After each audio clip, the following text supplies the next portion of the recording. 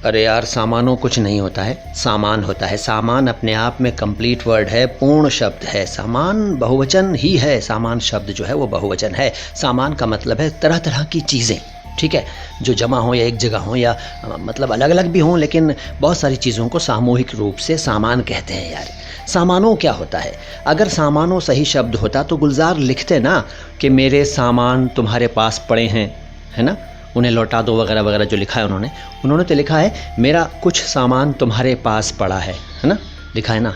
तो सामान अपने आप में कंप्लीट शब्द है। सामानों मत करो। आजकल अखबारों में और दूसरी जगहों पर सामानों सामानों चलने लगा है यार, ऐसा मत करो।